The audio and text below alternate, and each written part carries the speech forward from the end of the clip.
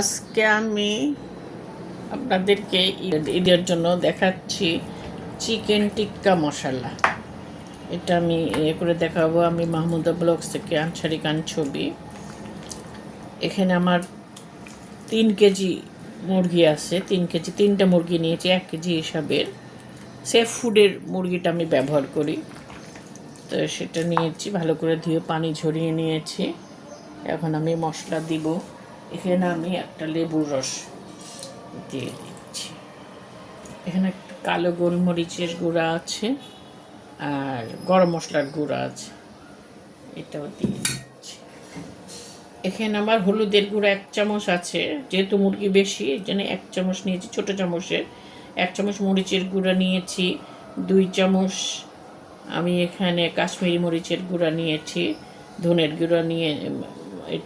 গুঁড়া নিয়েছি, জিরার গুঁড়া নিয়েছি, আর এটা আপনার তন্দুরি মশলার গুঁড়া নিয়েছি, লবণ নিয়েছি। এটা আমি ঢেলে এখন আমি আদা রসুনের পেস্ট দিচ্ছি। যেহেতু আমার মুরগিটা বেশি সেই অনুযায়ী আমি একটু বেশি দিচ্ছি। এখন এখানে আমি ফ্যাটানো দই আছে 1.5 কাপের মতো, আমি এটাকে দিয়ে দিলাম। এটাকে আমি ভালো করে মাখিয়ে নিচ্ছি।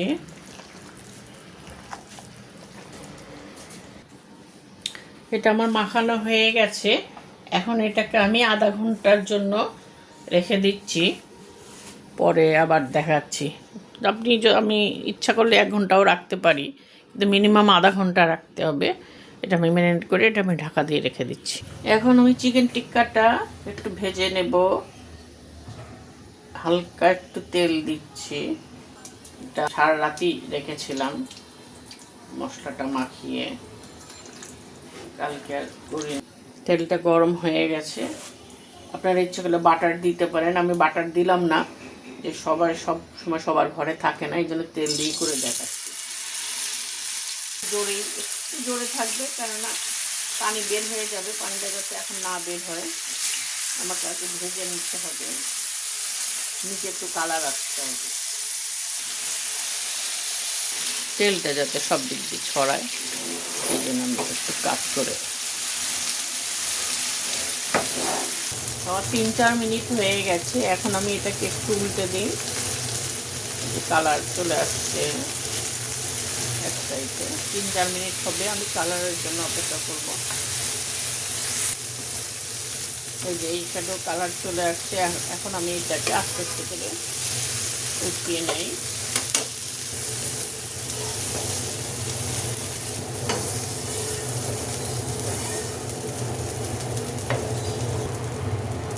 আমি এখন এর মধ্যে আর একটু তেল দিই।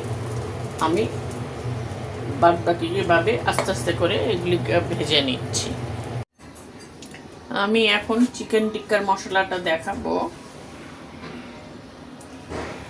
কড়াই বসিয়ে নিয়েছি, বড় কড়াই। এখন আমার জিনিসটা তো অনেক, 3 কেজির মতো, 3 কেজি 3টা মুরগির করছি, এই জন্য একটু বড় করে নিচ্ছি। বড় কড়াইয়ের মধ্যে না হলে এটা হবে না। এখানে আমি একটু পেঁয়াজ কুচি করে নিয়েছি, একেবারে একটু কুচি কুচি করে নিয়েছি। এটা আমি চপার দিয়ে করেছি। আমি এটা পেঁয়াজটাকে আমি একটু লাল করে নিই। হালকা একটু ব্রাউন ব্রাউন হয়ে গেছে। এখন আমি 7-8টা টমেটো পিউরি করে নিয়েছি, এটা আমি দিই। এটাকেও আমি এবার একটু ভুনে নেই। কাঁচা টমেটোর গন্ধটা যেটা মানে এটা একটু দূর হয়ে যায়, এটা একটু ভালো করে ভুনে নিই। এর সাথে আমি আদা রসুনের পেস্টটাও দিয়ে দিচ্ছি। 2 চামচ আদা রসুনের পেস্ট বেশি করেই দিয়ে দিলাম, একটু বোনা হয়ে যায়। এখন আমি এর মধ্যে একটু মশলা দিয়ে দিচ্ছি। আমি এখানে 1 চামচ হলুদ দিচ্ছি, যেহেতু আমার মাংসের সংখ্যা বেশি।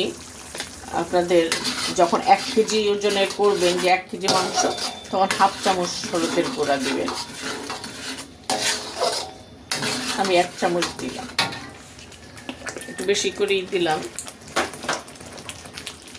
এখানে আমি 1 চামচ মরিচের গুঁড়া দিচ্ছি,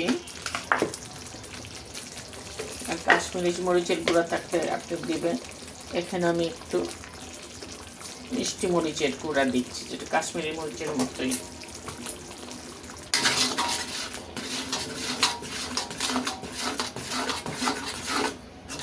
এখন আমি আমার মাংসের পরিমাণ অনুযায়ী আমি 2 চামচ ধনের গুঁড়া দিচ্ছি, 2 চামচ জিরার গুঁড়া দিচ্ছি।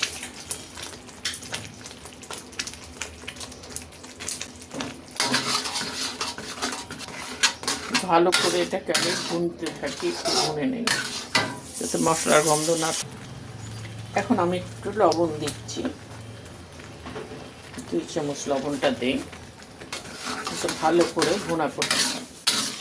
এখন আমি একটু গরম মশলার গুঁড়া দিচ্ছি, শাহি গরম মশলার গুঁড়া দিচ্ছি।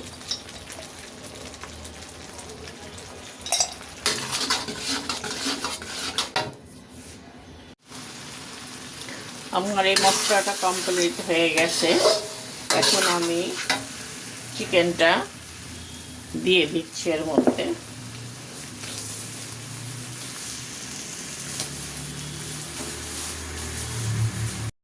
চিকেন টিক্কাটা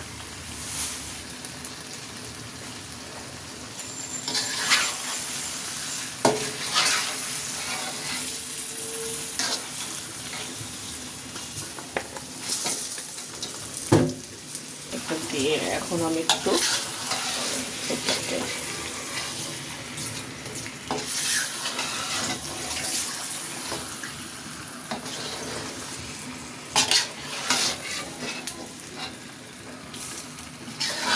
জাস্ট একটু ভুনা করব, এটা সম্পূর্ণ কমপ্লিটই আছে, সময় লাগবে না, একটু মাখিয়ে নেব। এখন আমি এর মধ্যে একটু গরম পানি ঢেলে দিচ্ছি।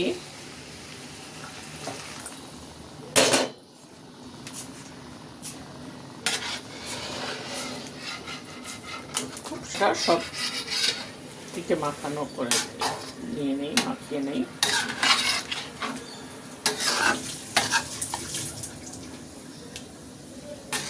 এখন এর মধ্যে আমি একটু কসুরি মেথি দিব, হাতে করে ইয়ে করে নেই।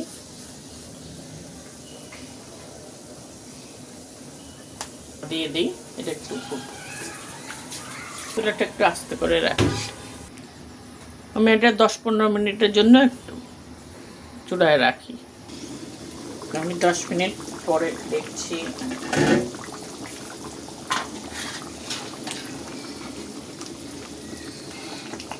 চিকেন টিক্কা মশলা, যেহেতু এটা মশলা, এখন আমি এর মধ্যে একটু ধনেপাতা কুচি দিয়ে দিচ্ছি, ঢাকা দিয়ে দিচ্ছি।